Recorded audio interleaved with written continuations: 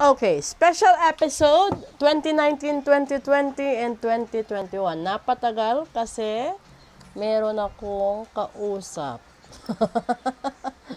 Pasensya na ho kayo kahit ganito na yung sitwasyon ng boses natin, trangkaso natin.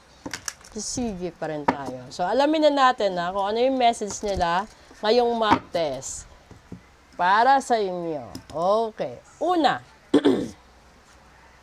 open up your heart. Lagot. Kaya ba? Kaya ba? Pangalawa, air sign. And pangatlo, we go with guardian. Okay. So, ito na yon, di ba?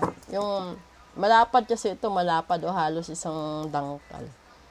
Yung sinasabi dito, buksan mo ang puso mo. Di ba? Buksan mo ang puso mo at makaka-attract yon ng blessings, ng pag-ibig, ng pagpapatawad, ng kasaganaan at peace of mind. Kalimitan kasi yung hirap magbukas ng puso or hirap na tumanggap ng ganito is the Gemini, Libra at saka Aquarius. So, meron laging anghel na nakaabang doon sa mga tao na nawalan ng tiwala sa pag-ibig, tiwala sa pagmamahal, tiwala sa kapwa. Ganun yun.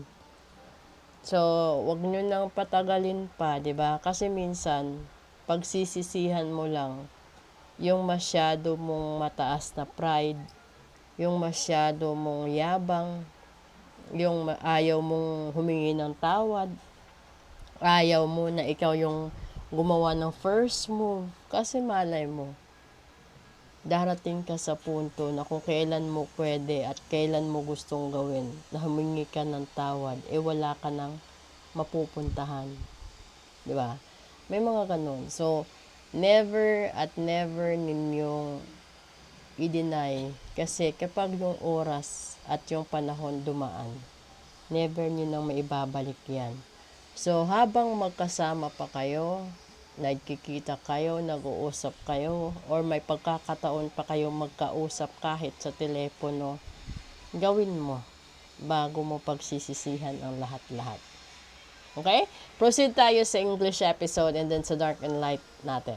Maraming salamat!